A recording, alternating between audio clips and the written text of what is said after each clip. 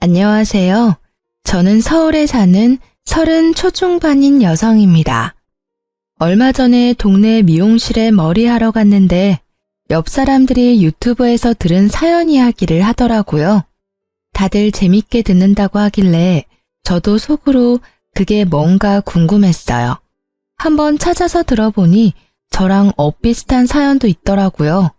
그래서 저 또한 용기 내어 이렇게 사연 보내게 됐습니다. 지우고 싶었던 기억들을 이곳에 털어놓으면 비로소 새 삶을 살 수 있을 것 같기도 해서요. 그럼 조금은 긴 제 사연 같이 들어주시겠어요? 어렸을 때부터 엄마께서는 제게 늘 말씀하셨습니다. 살면서 없어 보이는 건 절대 안 된다고요. 소희야, 어디 가서 절대 남들이 우습게 보게끔 행동하면 안 돼. 알겠지? 차림새도 그렇고 말이야.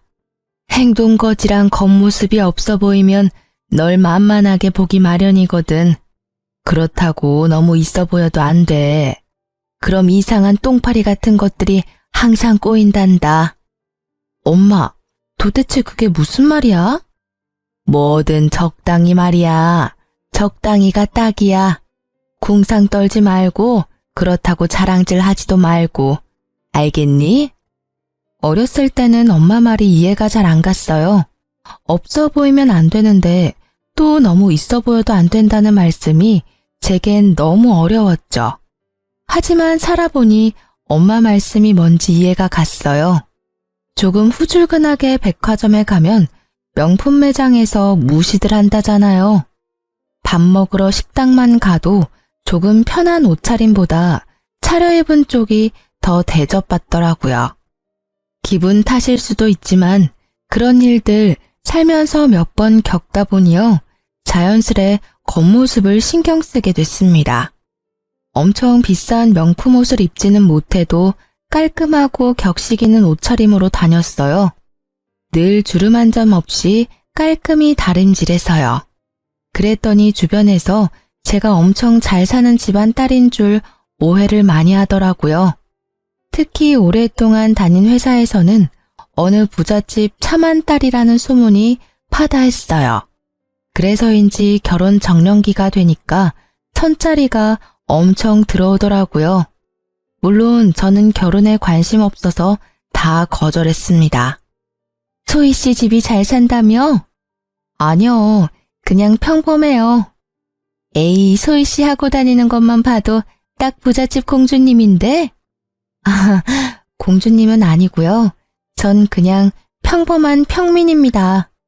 제가 엄마께 말씀드리니 괜히 엄한 놈 꼬이는 것 아니냐며 또 충고해 주셨어요. 혹시나 제 겉모습만 보고 팔자 고쳐보겠다고 다가오는 놈도 분명 있을 거라 조심하라셨죠. 엄마의 그 말을 계속 마음속에 새기고 있었지만 제 세상이 무너지니까 웬걸 사람 보는 눈도 다치더라고요. 건강하던 아빠께서 뇌출혈로 쓰러지시면서 엄마랑 저는 엄청 힘든 시기를 보냈습니다. 친정아버지께서는 다행히 골든타임을 넘기지 않고 바로 병원에 도착했어요. 그래서 큰 후유증 없이 잘 회복하셨죠. 불행 중 다행일까요? 아빠가 쓰러지시기 전에 보험도 잘 드러났었고 저희 가족은 생활비나 병원비 걱정은 크게 없었습니다. 부자는 아니지만 아예 돈 없는 집안도 아니었으니까요. 남들보다 조금은 여유로웠기 때문에 당시에 경제적 걱정은 아예 없었습니다. 하지만 옆에서 아빠가 쓰러지는 걸 목격한 저와 엄마는 심적으로 많이 힘들었습니다. 언제 아빠가 엄마와 제 곁을 떠날지 모른다는 생각에 하루하루 불안했죠. 제가 한동안 회사에서도 힘들어하는 티가 많이 났는지 동료들이 많이 걱정해줬습니다.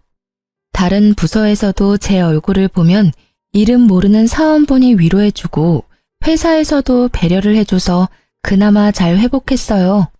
아빠가 다시 눈을 뜨시기 전에 저는 모든 게 불투명해 보이더라고요. 그런데 그때 제 옆에서 남편이 서성거렸습니다. 한 걸음 뒤에서 위로해줬던 동료들도 있었지만 그 사람은 제 옆에 딱 붙어서 엄청 저를 챙기더라고요. 소희 씨, 밥은 먹었어요? 아니요, 입맛이 없어서요. 그러지 말고 저랑 나가요. 모든 건 밥심이에요. 밥 잘 챙겨 먹고 기운 내야죠. 그 사람은 매일 한결같이 제게 밥은 먹었냐, 잠은 잘 잤냐 물어봤어요. 점심에는 제가 밥을 안 먹는다 싶으면 꼭 남아서 절 데리고 나가 먹는 걸 지켜보더라고요. 처음엔 그 사람의 위로가 보이지도 잘 들리지도 않았습니다. 그런데 어느새 제 일상에 그 사람이 스며들어 나중엔 정말 의지를 많이 했어요. 아빠가 건강을 회복하시고 무너졌던 일상이 돌아오자 저도 자연스럽게 예전으로 돌아갔어요. 그 계기로 남편과 연애했고요. 특별할 거는 없었습니다.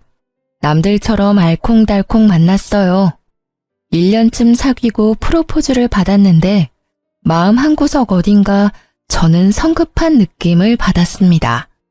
하지만 망설이는 건 제게 사치였어요. 20대 초반처럼 연애를 많이 할 수 있는 시기도 아니고 언제 결혼 상대를 다시 만날지 모르니까요. 적당히 비슷한 환경의 회사 동료와 하는 결혼, 저는 나쁘지 않았습니다. 무엇보다 아빠가 아프셨잖아요. 도희야, 아빠가 당장 내일이라도 죽게 되면 너 결혼식은 어쩌냐? 우리 딸 결혼식에 내가 손은 잡아주고 떠나야 하는데. 아빠도 참, 그런 소리 하지도 마세요. 프로포즈 받는데 문득 중환자실에서 의식이 돌아온 아빠와 했던 대화들이 떠올랐죠. 그래서 저는 그와의 결혼을 결심하게 됐습니다. 게다가 제가 힘들 때 옆을 지켜준 사람이니까요. 그와의 결혼 준비는 모든 게 순조로웠어요. 결혼식까지 많이 싸운다던데 저희는 평화로웠죠. 그런데 어느 날 신혼집을 알아보는데 남친이 이런 말을 하더라고요. 자기야, 우리 그냥 장모님 장인어른 댁에 들어가서 살까? 응? 그게 갑자기 무슨 말이야? 아니, 내 친구가 처가살이 한다고 자랑하는데 처음엔 그냥 웃어 넘겼거든? 근데 보니까 장모님 사랑 듬뿍 받으면서 지내는 모습이 나도 좀 부럽더라고. 아무래도 시가살이는 며느리가 고통스러운데 처가살이는 사위한테 나쁠 게 없잖아. 난 우리 둘 다 행복한 결혼 생활 하고 싶거든. 자기 생각 좀 의외다. 난 시댁살이든 처가살이든 둘 다 별로야. 각자 다 커서 결혼했는데 다시 부모님 집으로 들어가는 건 좀 아닌 듯해. 게다가 우린 나이도 있잖아. 돈 모아야 할 젊은 신혼부부가 보통 부모님 집 들어가서 살지. 그래? 당신은 별로겠지만 장인어른 생각은 다르지 않을까? 응? 아무래도 한번 편찮으셔서 집에 우리라도 있는 게 든든하실 거야. 남친 말을 들어보니 또 일리가 있었어요. 그래서 저는 슬쩍 친정 부모님께 여쭤봤습니다. 엄마, 남친이 결혼하면 친정집 같이 들어와서 사는 건 어떻냐고 묻네? 굳이? 아니 한창 신혼인데 여길 못하러 들어와. 아니 아빠도 한번 아프셨고 하니까 그 사람도 나름 걱정됐나 봐. 이제 우리 집 사위라 이거지. 어머, 마음만 고맙게 받는다고 해줘. 어떻게 그런 기특한 생각을 했대? 요즘 세상이 변하기는 많이 변했나 봐. 네 아빠 들으시면 감동해서 우시겠다. 하지만 신혼부부는 신혼답게 둘이 사는 게 맞아. 나중에 아빠한테도 들으니까 아빠께서도 똑같은 의견이셨어요. 아프면 병원 신세 질 테니 굳이 친정집에 들어오지 않으셔도 된다고 하셨죠. 두 분 다 신혼부부는 신혼답게 둘이 사는 게 맞다고 하셨어요. 그러니까 남친은 못내 아쉬워하더라고요. 처음엔 그 사람이 효심이 가득해 그런 줄 알았어요.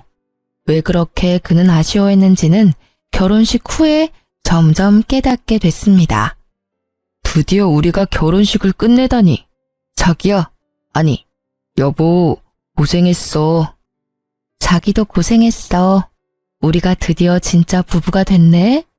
결혼식도 문제없이 다 끝내서 다행이야. 아, 후련하다. 근데 당신 어제 잠 얼마 못 자서 피곤하지? 비행기 안에서 자야지. 피곤하지. 나보다 잠 못 잔 건 당신이잖아. 나도 비행기에서 기절할 것 같아. 근데 잠시만. 나 지갑이 어딨지? 지갑? 분명 챙겼는데 안 보이네. 뭐 캐리어에 있겠지? 차 내려서 나중에 확인해야겠다. 저희가 하와이로 신혼여행을 가는데 저는 환전을 넉넉히 해가려고 했어요. 그런데 남편이 카드 위주로 쓰자고 환전하지 말자더군요. 현금은 분실 위험도 있고 카드사 혜택이 많다고요. 각자 카드를 쓸지 아닐지는 정하지 않았었지만 남편이 지갑을 통째로 집에 두고 와서 어쩔 수 없이 여행 내내 제 카드로 다 해결했어요.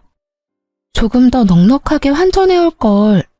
생각해보니까 카드 안 되는 곳 많으면 어떡해? 괜찮아. 거기도 사람 사는 곳이야. ATM기 있잖아. 거기서 현금 뺐으면 돼. 아, 생각해보니까 그렇네. 엄청 걱정했는데 다행이다. 이왕 간 거 돈 걱정하면서 여행하고 싶지는 않았거든. 그치? 오랜만에 가는 해외여행에다가 신혼여행인데 여유롭게 다니는 게 좋지. 자기 미안해. 내가 이렇게 중요한 날 지갑을 깜빡해서. 남편이 지갑을 통째로 두고 왔다고 해서 처음엔 좀 짜증이 났습니다. 카드 한도 때문에 여행에 차질이 생길까 봐요. 하지만 세상이 워낙 좋아져서 카드만 있으면 현금 뽑는 건 일도 아니더라고요. 게다가 지갑이라 다행이지 빡빡한 비행기 시간에 여권 안 놔두고 온 게 어디냐며 저는 좋게 생각하려고 했어요. 그런데 신혼여행 때 남편의 돌발 행동에 깜짝 놀랐습니다. 고의로 지갑을 두고 온 게 아닐까 생각했죠. 신혼여행 첫날 저는 결혼식이랑 장시간 비행 탓에 몸이 너무 고단했습니다. 반면에 남편은 피곤하지도 않은지 일찍 일어나서 산책을 하겠다고 하더군요. 깼어? 산책할래? 지금 몇 시야? 6시 반. 산책하고 호텔 조식 먹으면 딱일 것 같은데. 되게 일찍 일어났네. 미안한데 자기야. 나 지금은 도저히 못 일어나겠어. 조금만 더 자면 안 될까? 그럼 조식은 나 먼저 먹을까? 난 안 먹어도 돼. 근데 혼자 먹을 수 있겠어? 당연하지. 내가 애도 아니고. 혼자서도 잘 먹을 수 있어. 그러니까 걱정하지 말고 자긴 아직 피곤할 텐데 더 자요. 저는 남편이 조식을 먹고 난 뒤 금방 돌아와 저를 깨워줄 줄 알았어요. 그런데 일어나 보니 시간이 훌쩍 지나 어느덧 오후더라고요. 깨웠는데 혹시 제가 못 일어나서 혼자 나간 건가? 아님 무슨 일이라도 생겨서 아직 안 들어온 건가? 별별 생각을 다 하면서 전화를 확인하는데요. 아니나 다를까 문자가 엄청 와 있더라고요. 놀랍게도 그건 남편의 연락이 아니라 카드 결제 문자였습니다. 아주 다양한 금액대가 긁혔더라고요. 처음에는 제가 해외에 있다는 걸 인지를 못하고 정말 깜짝 놀랐어요. 도난 신고를 해야겠다는 생각과 손이 벌벌 떨리는데 갑자기 이곳이 하와이라는 게 떠올랐습니다. 헌데 그것도 잠시 제가 카드를 분실했구나 좌절했는데요. 순간 잠결에 제 카드를 들고 간다는 남편의 음성이 떠오르더라고요. 저는 곧바로 다리에 힘이 풀려 주저앉았습니다. 분실한 게 아니라 다행이라며 혼자 안도를 하다가 아니지, 그게 아니지라는 생각이 들었어요. 제가 호텔방에서 혼자 자고 있는데 남편 혼자 쇼핑을 하고 있는 상황이 이해가 안 갔죠. 그것도 제 카드를 말도 없이 엄청 긁었으니까요. 그 생각이 들자마자 남편에게 전화를 걸었는데 전화를 안 받더라고요. 연락이 계속 안 되니까 남편이 카드를 잃어버렸다는 결론으로 도달했어요. 여보세요? 아니, 제가 신혼여행을 해외로 왔는데요. 카드를 분실한 것 같아서요. 놀라서 부랴부랴 카드 분실 신고를 하고 있는데 눈물이 나더라고요. 그땐 정말 놀라서 카드를 정지시키고 곧바로 연락 안 되는 남편도 실종 신고를 하려고 했어요. 다행히 카드 고객센터와 통화하는 중에 남편은 무사히 호텔방으로 돌아왔습니다. 놀란 토끼 눈의 남편을 마주하자 안도와 동시에 화가 치솟더라고요. 뭐야 당신? 지금까지 뭐 했어? 내가 얼마나 놀란 줄 알아? 여보, 왜 울고 있어? 나 쇼핑하고 왔는데. 말도 없이 혼자 쇼핑하고 온 거야? 너 피곤하대서 혼자 다녀왔지. 그건 새벽이었고 오전에 나 깨울 생각은 안 들었어. 지금 오후 2시가 훌쩍 넘었어. 시간이 벌써 이렇게 됐다고? 아, 내가 미안해. 정신없이 돌아다니다 보니까 미처 몰랐다. 근데 당신도 너무하다. 내가 못 깨웠어도 혼자 일어나면 되잖아. 애야? 뭐? 그렇잖아. 내가 몇 시에 돌아올 줄도 모르는데 알람이라도 맞춰놓고 잤어야지. 당신 도대체 몇 시에 일어난 거야? 내가 그럴 정신이 있었어? 밤 늦게 도착해서 기절했잖아. 나 6시에 일어났을 때도 비몽사몽이었어. 그리고 상식적으로 난 당신이 아침 먹고 산책만 하고 돌아올 줄 알았어. 연락은 되지도 않고 남겨놓은 것도 없고 카드 결제 내용만 잔뜩 와 있잖아. 내가 안 놀라게 생겼어? 게다가 내 카드를 상의도 없이 어떻게 막 긁어. 대충 계산해봐도 200만 원 훨씬 넘더라. 말하다 보니 그제야 남편의 손에 들린 쇼핑 봉투들이 눈에 띄더라고요. 그 중에는 명품 브랜드 로고가 박힌 쇼핑백도 있었어요. 정말 기가 막히더라고요. 들어보니 당신이 놀랄만 했네. 내가 언성 높여서 미안해. 오랜만에 해외여행 와서 너무 들떴었나 봐. 그런데 나 진짜 혼자 놀다 온 게 아니라 당신은 피곤하다 했고 편하게 혼자 잘 자라고 자리 비켜준 거야. 조식 먹고 산책 좀 하다가 호텔 구경하는데 심심하더라고.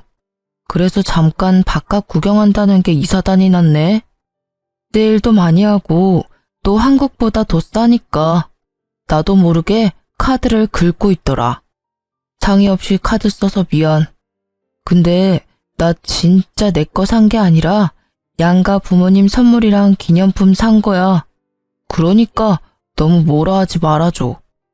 우리 엄마 지갑이 워낙 오래됐는데 여기 와서 보니까 엄마 생각이 엄청 나더라고. 그래서 나도 모르게 결제해버렸어. 근데 말야, 나도 호텔방 들어오자마자 당신 울고 있는 모습에 얼마나 놀랐는지 몰라. 그니까, 뭐? 왜 효도를 내 카드로 하려고 해? 게다가 그 카드 한도도 별로 안 돼. 우리 환전도 별로 안 해왔잖아.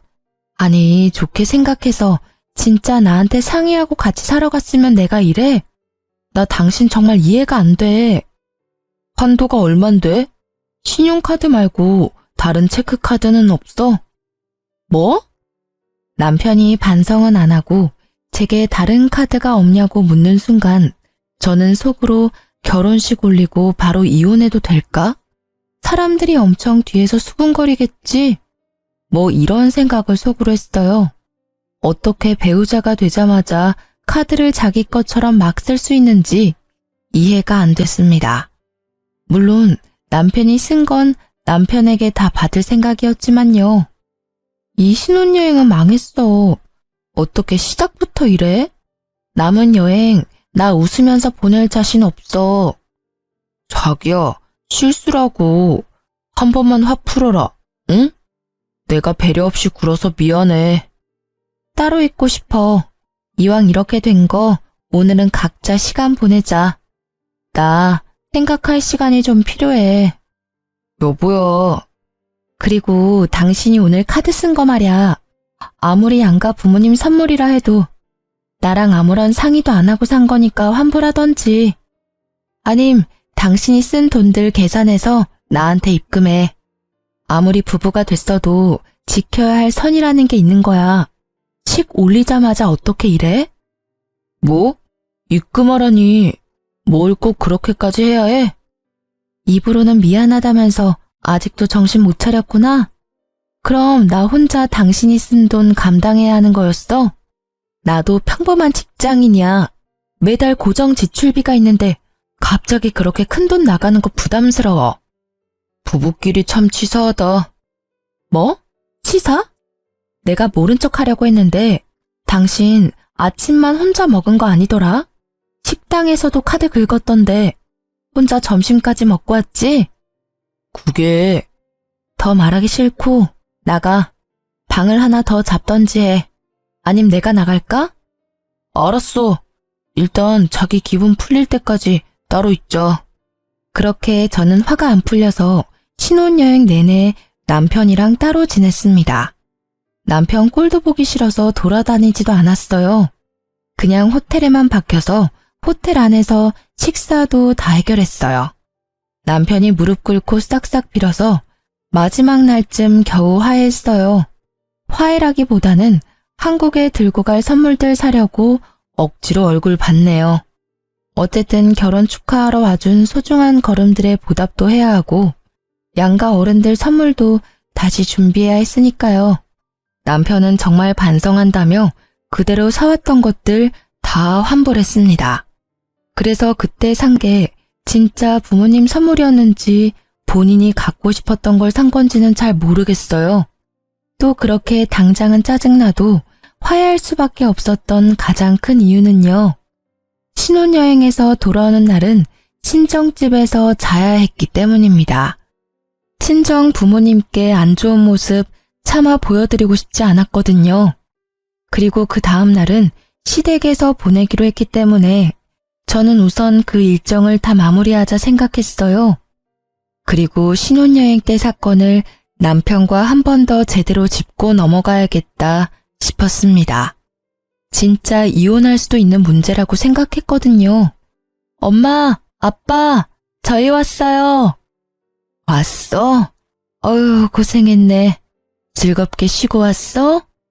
네, 뭐. 엄마, 그런데 뭘 이렇게 많이 준비했어. 상다리 부서지겠다. 엄청 고생했겠네. 뭘, 아빠가 많이 도와줬어.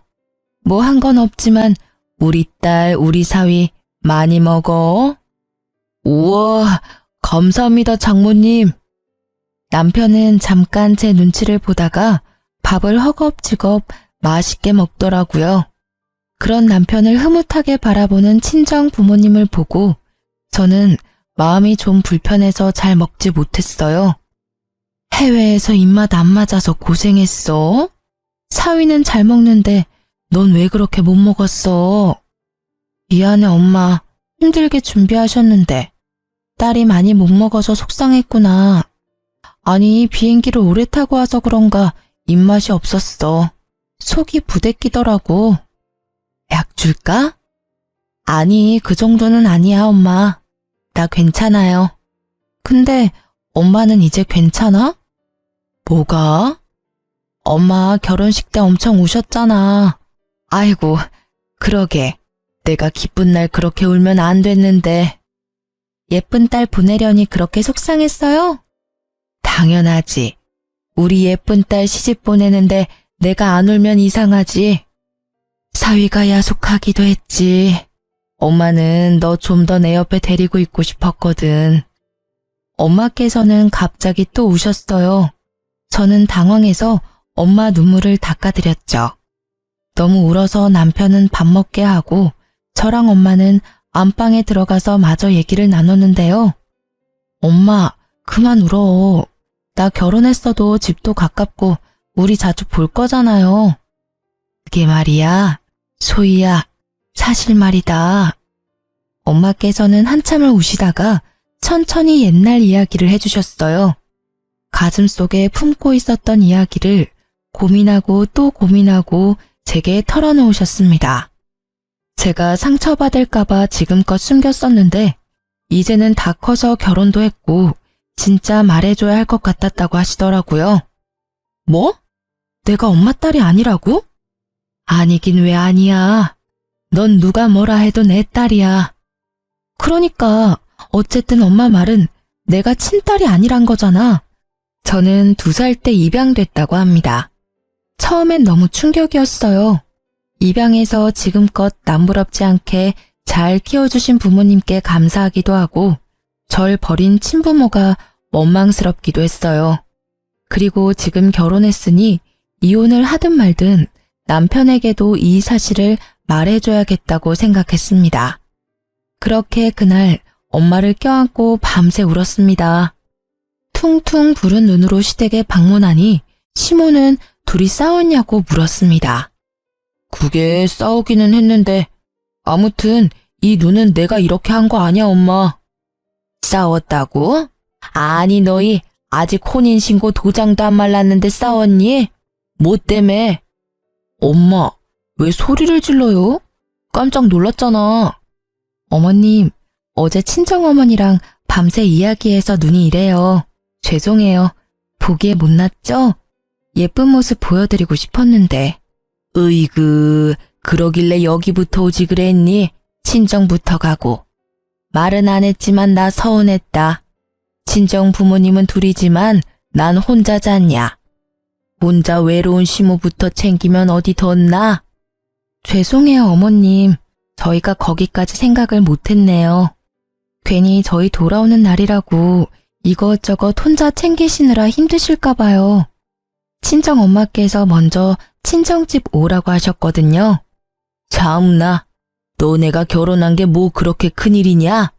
다 늙은 내가 다 큰 너네를 챙기긴 뭘 챙기냐? 너네가 날 챙겨야지. 에휴, 됐다. 배고프니 얼른 밥이나 먹자.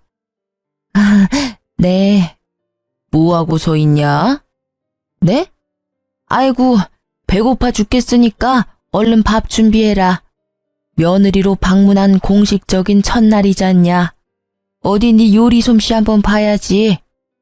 친정집에서는 상다리가 휘어질 정도로 남편과 저를 엄청 환대해 주셨어요. 다음날 시댁집에서는 환대까지는 아니더라도 환영해 주실 줄 알았거든요. 그런데 오히려 시모는 며느리 됐다고 갑자기 하대하면서 제게 첫 식사 준비해 보라고 하더군요. 정말 황당했지만 일단은 어른이 시키니 열심히 요리를 했습니다. 그랬더니 시모는 입맛에 안 맞는다고 저를 나무랐어요. 어머, 국이 왜 이렇게 짜냐? 완전 소태다. 얘, 너 이런 식으로 국을 끓이면 나트륨 중독으로 우리 아들 명줄 짧아져. 요리 좀 한다고 들었는데 왜 이 모양이니? 너 우리 아들이랑 같이 살려면 나한테 엄청 배워야겠다. 엄마, 맛만 있는데요 뭘. 자기야, 진짜 맛있어. 반찬도 다 맛있는데. 남편은 제가 혼나는 게 안쓰러운지 그래도 제 편을 들더라고요. 저는 밤이 되어서야 시모의 구박에서 벗어날 수 있었습니다. 요리부터 설거지까지 전부 제게 테스트한다며 절 다 시켰거든요. 어머님, 좀 너무하신 거 아니야? 다짜고짜 여독 풀지도 못한 며느리한테 요리시키셔서 첫날이라 그러시는 거겠지 하고 참았어. 근데 설거지까지 다 나 시키고 자기는 도와주지도 않고. 여독은 친정에서 충분히 풀지 않았어. 당신 남편한테 시어머니 흉보는 건 좀 깬다. 그것도 뒤에서 몰래 말이야. 우리 엄마 아시면 얼마나 충격이시겠어? 입장 바꿔서 내가 장인 장모님 흉보면 좋아? 난 뒷땅 까는 사람 딱 질색이야. 그렇게 안 봤는데 당신 좀 실망이야? 뭐라고? 미안한데 이건 뒤에서 흉보는 게 아니라 당신한테 대놓고 흉보는 거야. 아니, 당신이야말로 입장 바꿔서 생각해봐. 우리 엄마 아빠가 어제 당신한테 사위된 지 첫날이니 요리하고 설거지 해보게 하면 기분 좋아? 그런 취급 받으면 좋겠냐고. 뭔 소리야. 남자랑 여자는 다르지. 뭐가 다른데? 우리 엄마 아빠께서는 당신 귀한 손님 대접해줬는데 난 왜 여기서 찬밥 신세야. 시댁에서 큰 소리 내며 싸울 수는 없으니 남편은 집 가서 다시 이야기하자며 자리를 피했어요. 저는 여러모로 신혼여행 때부터 받은 스트레스에 몸도 마음도 지친 상태였습니다. 게다가 풀리지 않은 여독과 종일 심호에게 시달려 피곤이 몰려오더군요. 잠깐 눈을 붙인다는 게 아예 잠들어 버렸죠. 그런데 깨어보니 또 남편은 제 곁에 없었습니다. 화가 나서 다른 방에서 자나 싶었죠. 물을 마시러 나왔는데 시모랑 남편이 마당에 있더라고요. 저랑 엄마가 둘만의 시간이 필요했던 것처럼 두 모자도 할 말이 있겠지 싶었어요. 그런데 창문 방충망 사이로 들려오는 제 이름에 저도 모르게 귀를 쫑긋했습니다. 가까이 가니 시모랑 남편은 소주를 마시고 있었어요. 자기 예뻐하는 모습이 안 보이는데 제가 쉽게 넘어오겠어? 엄마라도 먼저 좀 잘해줘야지. 안 그래도 신혼여행 때 대판 싸웠는데 엄마까지 그러니까 섭섭하다고 난리잖아. 아이고, 그게 마음처럼 쉽게 되는 줄 아냐? 소위 제가 예쁜 구석이 있어야 예뻐하지. 저는 그 대화에 온몸이 굳었지만 딱 한 군데 손가락은 잘 움직이더라고요. 혹시라도 놓칠세라 곧바로 동영상을 촬영했습니다. 저보고 뒷담까지 말라고 뭐라 하더니 남편은 시모랑 제 이야기하는 모습에 본능적으로 찍었죠. 발뺌할지도 모르니 창문을 통해서 동영상을 찍었습니다. 아니, 소위 걔가 애가 예뻐 보이기라도 하면 몰라. 얼굴도 그 꼴이 뭐냐? 안 그래도 못생긴 얼굴 더 못 봐주겠더라. 엄마, 내가 좀만 참자고 그랬잖아. 소위 내 스타일 아닌 거 엄마도 잘 알잖아. 나도 꾹 참는데 엄마도 좀 예뻐해줘. 장인어른 몇 년 전에 뇌출혈 수술했었으니까 분명 오래 못 살 거라 몇 번 말해? 금방이야. 지금 정정해 보여도 2차 뇌출혈 소리 소문 없이 금방 또 온단 말이야. 그럼 그 재산 다 우리 거라고. 그니까 며느리한테 잘해줘. 히히히, 그래. 그 사돈 양반 언제 갈지는 몰라도 고시겠지 아마. 그래, 내가 그것만 믿고 결혼시켰지. 깜빡했다. 소위 저기 집애가 뭐 볼 건 없어도 집안 하나는 좋아 보이니 내일부터는 정말 마음 다 잡고 잘해줘야겠다. 그래 엄마, 난 소희가 아니라 저 집안 재산이랑 결혼한 거야. 그것만 생각하자. 아, 근데 생각할수록 저거 열받네. 집도 잘 살면서 신혼여행 가서 내 돈까지 쓰게 하더라고. 너가 잘 몰라서 그래. 원래 잘 사는 집안일수록 그런 거 칼같이 지키는 거야. 그래? 어떻게 카드 받아내지? 결혼한다고 끌어모았어서 이제 우리 알거지잖아. 너야말로 성급하다 이놈아. 살살 구슬려야지. 그런가? 엄마, 내일부터 살살 구슬려 볼게. 화이팅! 짠합시다 어머니. 이 지긋지긋한 월세집에서 벗어나기 위하여. 알고 보니 이 넓은 시댁 단독주택도 월세였더라고요. 저는 남편과 시모의 대화에 참을 수 없는 분노가 차올랐어요. 어떻게 저와 제 부모님을 두고 그런 생각을 했는지 치가 떨렸습니다. 남편은 회사에 놔두는 소문을 듣고 제가 잘 사는 집안 딸인 걸 알고 접근한 거였죠. 참 허망했습니다. 저는 속이 뒤집어졌지만 곧바로 티내지 않았습니다. 못된 모자 참교육은 시켜줘야 했으니까요. 이혼은 정해진 결론이고 못된 아들 의견에 동조한 시모부터 복수하기로 생각했어요. 저는 매일 점심시간마다 시댁에 놀러 갔습니다. 회사랑 가까웠거든요. 이미 남편과 시댁의 재정 상태는 알았고 뜯어먹을 건 없고 밥이라도 얻어먹어야지 싶었어요. 시모는 처음에는 저를 반겼어요. 어머님, 저 어머님 손맛 배우려고 왔어요. 근데 어쩌죠? 회사 점심시간에 온 거라 바빠서 요리는 못 배울 것 같은데. 어머, 네가 요리를 못하러 배워. 내 말을 아직도 담아뒀어? 내가 해줄 테니까 넌 걱정하지를 마. 어머님, 그럼 저 갈비찜 먹고 싶은데 내일 또 와도 돼요? 응? 갈비찜? 아, 내일 또 온다고? 아, 그래. 내가 다 해놓으마. 먹고 싶은 거 미리 말하기만 해. 큰 소리 뻥뻥 치던 시모에게 저는 매일 먹고 싶은 걸 말했죠. 어머님, 전복회가 너무 먹고 싶어요. 아침부터 시모에게 연락해 놓으면 시모는 열심히 장봐서 점심을 제게 대접하더군요. 그리고 남편에게 마음에도 없는 시모 칭찬과 자랑을 했어요. 여보, 어머님이 날 정말 끔찍하게 아끼셔. 나 친구들한테 계속 자랑하잖아. 오늘은 전복회까지 직접 떠주셨다니까. 그래? 전복회? 맛있었겠다. 난 왜 안 불렀어? 에이, 나랑 친해지셔야 하는데 당신이 왜 껴? 그렇지. 얼른 둘이 친해져야 좋지. 응. 저번에 뭣도 모르고 서운하다고 해서 미안해. 어머님 진짜 좋으신 분 같아. 그치? 사람 겪어봐야 알잖아. 우리 엄마랑 너도 분명 서로 잘 알게 되면 잘 맞을 거라 나도 생각했어. 근데 엄마 용돈 좀 드리는 게 어때? 매일 가서 먹으면 엄마 좀 부담스러우시겠다. 응? 아니지. 어머님 그럼 부담스러워서 나 밥 못 먹이셔. 용돈은 다음에 챙겨드릴 거야. 그래? 떨떠름한 남편의 대답에 저는 속으로 비웃었죠. 그리고 제가 용돈도 안 주고 점심시간마다 낼름 밥만 먹고 가니 이제 시모는 아예 냉장고를 이제 비워놓고 기다렸습니다. 어머님, 냉장고가 텅텅 비었네요. 어쩌지? 내가 장 보러 갈 시간이 없어서 못 봤네. 괜찮아요.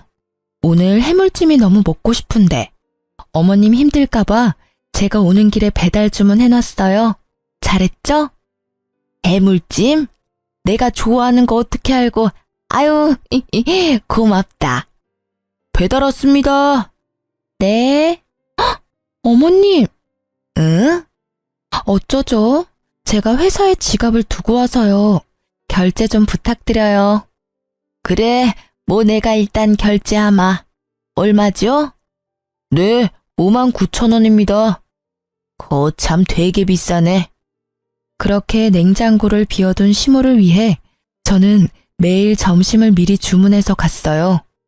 해물탕으로 시작해서 초밥, 중식, 코스 요리 등등 배달 가능한 비싼 음식들이 많잖아요. 할 수 있는 한 시모를 다 뽑아 먹었죠. 시모는 성질을 참다 못해 한마디 했습니다. 너 용돈 한 번 안 주고 너무하다 정말. 내가 지금 이번 달 식비만 얼마를 쓴 줄 아냐? 어머님, 설마 저한테 쓰는 돈이 아까우세요? 제가 한껏 울상을 짓자 시모는 당황하다가 얼마든지 먹고 싶은 거 말하라고 떵떵거리더군요. 그리곤 친정 부모님한테 가서 시모가 이렇게 잘해준다고 말하라고 시켰습니다. 전 당연히 그러겠다고 말했죠. 그리고 이 말을 덧붙였더니 시모가 개거품을 물었어요. 저는 친부모가 누군지도 모르지만 지금 너무 행복해요. 양부모님도 모자라서 시어머님께도 이렇게 사랑을 받으니까요. 전 정말 복받은 사람이에요. 뭐? 뭔 소리냐 그게? 너 니네 부모님 친자식 아니냐? 네, 저도 얼마 전에 알았어요. 저 어렸을 때 입양하셨대요. 너 왜 그 중요한 걸 숨겼냐? 진짜 네가 친자식이 아니라고? 본색을 드러내는 시모에게 저 또한 이제 숨기지 않고 발톱을 드러냈어요. 왜요? 그게 뭐 어때서요? 정신 차려라. 아니 양부모가 너한테 뭐라도 남겨주겠냐? 너 정말 무서운 애구나. 이거 사기 결혼이야. 결혼 전에 말했어야지. 이혼이라도 할까요? 당연한 걸 물어. 이 괘씸한 것. 시모는 이혼 소송할 거라며 제게 각오하라더군요. 너 미쳤지? 감히 날 속여? 퇴근하고 남편에게 물어보니 생각이 같다 하더군요. 이미 제가 말하기 전에 시모한테 들었는지 얼굴은 울그락불그락 했습니다. 역시나 제가 속였다고 사기 결혼이라고 시모와 비슷한 반응을 보였죠. 그래서 저는 남편을 데리고 친정 부모님께 같이 가서 이혼 말씀드리자고 말했어요. 마지막 예의는 갖춰달라고요. 제가 밤늦게 남편을 데리고 나타나자 친정 부모님께서는 어리둥절해 하셨죠. 무슨 일이냐 갑자기. 너희 뭔 일 있어? 걱정스러운 얼굴을 한 부모님께 저는 물었어요. 엄마 아빠, 저 할 말 있어요. 죽어서 유산 남기지 말고 지금 정신 운전할 때 저한테 유산 남겨주세요. 저 친딸 아니잖아요. 그래서 걱정돼요. 아무것도 못 받을까 봐서요. 아무것도 모르는 친정 부모님께서는요. 당황하시다가 이내 곧바로 웃으면서 알겠다고 하셨어요. 그래, 소희 네 생각이 그렇다면 그렇게 해주마. 남편은 아빠의 말씀에 당황한 얼굴로 말하더군요. 아니, 친딸도 아닌데 정말 얘한테 재산 남겨주실 거예요? 얼마나요? 친정엄마께서는 남편의 속보이는 말에 놀라신 얼굴이었죠. 자네, 뉘앙스가 좀 그렇네. 우리가 소희한테 재산 주는 건 당연한 거 아니겠나. 우리 마음으로 낳은 딸인데 누가 뭐라 해도 소희는 내 딸이야. 남편은 친정 부모님의 태도에 놀라서 태세 전환했어요. 여보, 정말 감동이다. 장모님, 장인어른, 그동안 우리 소희 이렇게 예쁘게 키워주셔서 감사합니다. 앞으로는 제가 소희 지키겠습니다. 웃겨? 네가 뭔데 날 지켜? 난 내가 지켜. 엄마 아버지, 저 재산 필요 없어요. 아까 한 말은 진짜 재산 받으려고 한 말 아니에요. 저 멀쩡한 직업도 있고 모아둔 돈도 충분해요. 지금까지 키워주신 것도 너무 감사하니까 절대 저한테 유산 남기지 마세요. 그게 뭔 말이야 여보. 받을 건 받아야지. 그래, 너 받을 건 받아야지. 잘못했으면 벌은 달게 받아야지. 저는 친정 부모님께 시모와 남편 동영상을 틀어서 보여드렸어요. 남편 놈은 자기 목소리와 자기 엄마 목소리가 흘러나오자 무릎부터 꿇더라고요. 사실 제가 혹시 몰라 2시간 전에 친정아빠한테 충격받지 마시라고 미리 귀뜸해 드렸었습니다. 이렇게 할 건데 놀라지 마시라고요. 아버지께서는 기다렸다는 듯 남편의 뺨을 날렸어요. 감히 내 귀한 딸에게 상처를 입혀? 잘못했습니다. 그런 의도로 한 말 전혀 아니에요. 나 자네한테 단 한 푼도 안 줄 거야. 쉽게 안 죽어. 죽더라도 이혼하는 거 다 보고 죽을 테니 걱정 말게.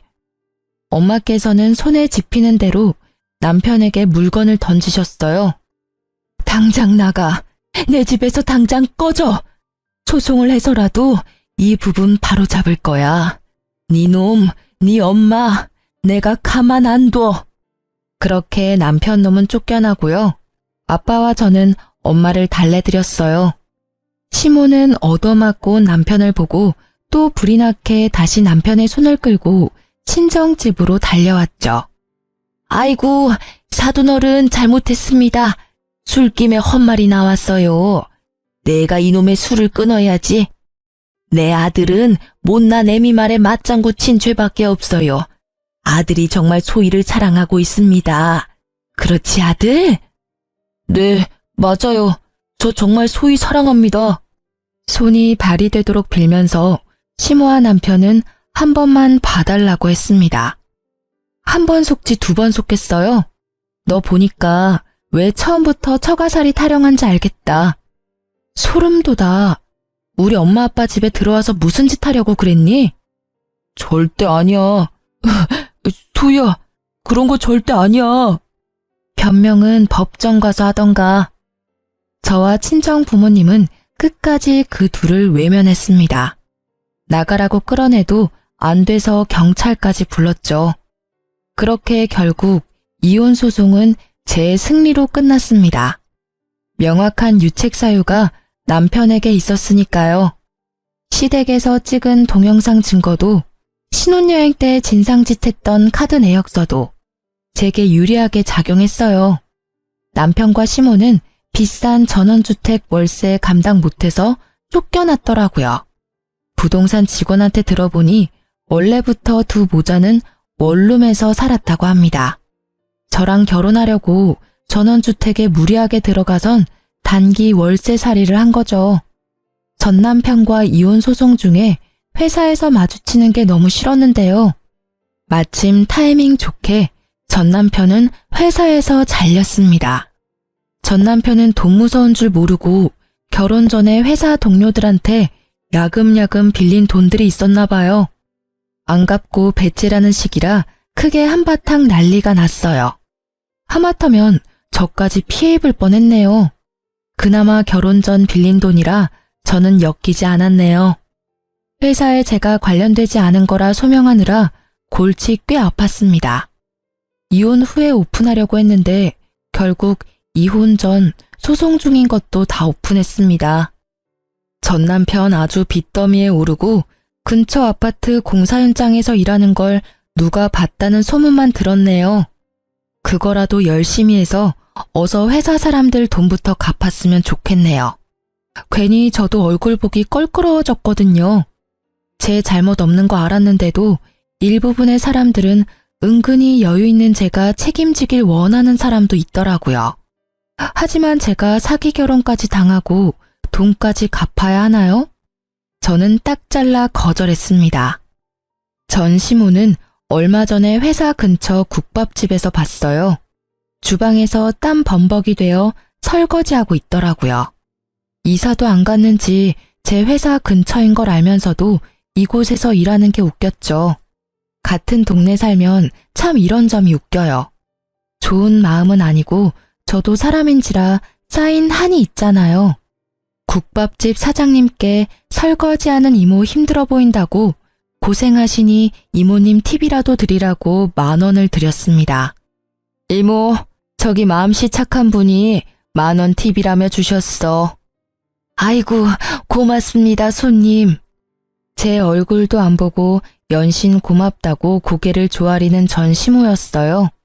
그러다 고개를 들어 제 얼굴 보곤 낯빛이 어두워지더라고요. 저는 웃으며 수고하시라고 한마디 남기고 가게를 나왔네요. 이제 그 국밥집은 안 가려고요. 친정 부모님께서는 재혼도 절대 하지 말고 그냥 부모님 곁에만 있어달라 하시네요. 알콩달콩 셋이 살자고요. 저도 한번 세게 대어보니 남편도 필요 없다고 느꼈어요. 또 살다 보면 모르지만요. 지금은 남은 인생 친정 부모님이랑 추억 더 쌓으면서 보내고 싶습니다. 친자식도 아닌데 진짜 친자식처럼 키워주신 부모님 은혜에도 보답해야죠. 여러분, 제 사연 끝까지 들어주셔서 감사합니다. 혹시나 제 사연 때문에 혈압 높아지셨을까봐 걱정됩니다. 시원한 물 한 잔 천천히 들이키시고 무더위 잘 이겨내시길 바라겠습니다. 감사합니다.